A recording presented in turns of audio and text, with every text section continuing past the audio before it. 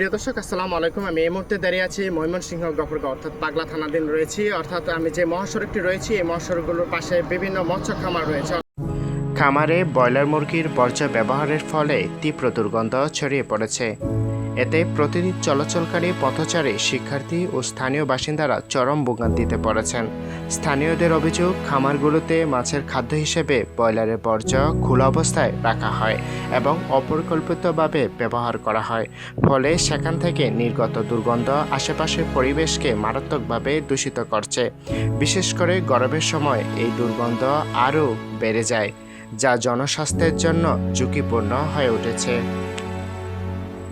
এই মহাসড়কটি গ্রামীণ পরিবেশের একটি গুরুত্বপূর্ণ অংশ, যেখানে প্রাকৃতিক ভারসাম্যের উপর নির্ভর করে স্থানীয় জীববৈচিত্র্য ও মানুষের জীবনযাত্রা। কিন্তু এই ধরনের বর্জ্য ব্যবহারের ফলে সেই স্বাভাবিক পরিবেশ ও প্রাকৃতিক ভারসাম্য হুমকির মুখে পড়ছে বলে মনে করছেন সচেতন মহল। পথচারীরা জানান, মহাসড়ক দিয়ে চলাচলের সময় অনেক ক্ষেত্রে নাক চেপে যেতে হয়। খামারিরা লিটার ব্যবহার করে, রাস্তার পাশে লিটার ফেলে রাখে। এটা আসলে কেমন পরিবেশের জন্য কেমন? খারাপ লাগে।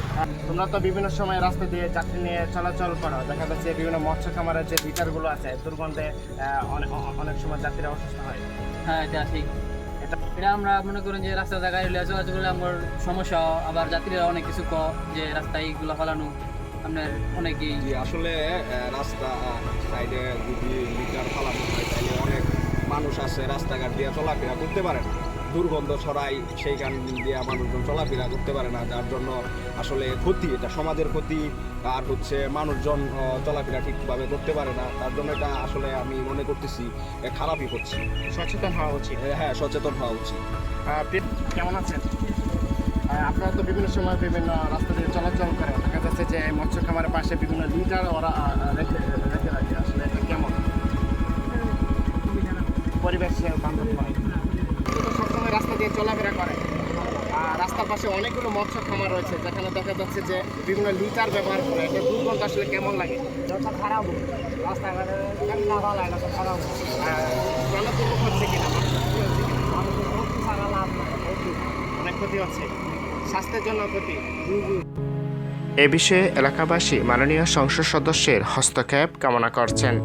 তারা দ্রুত তদারকি বৃদ্ধি, পরিবেশসম্মত পদ্ধতিতে মাছের খাদ্য ব্যবহারের নির্দেশনা এবং জনস্বার্থে প্রয়োজনীয় ব্যবস্থা গ্রহণের দাবি জানিয়েছেন।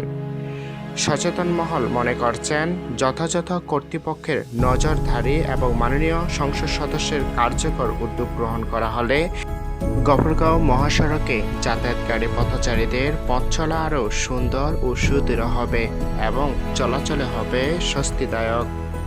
Shakib Mia, ATV news desk, Mymensingh, Gafargaon.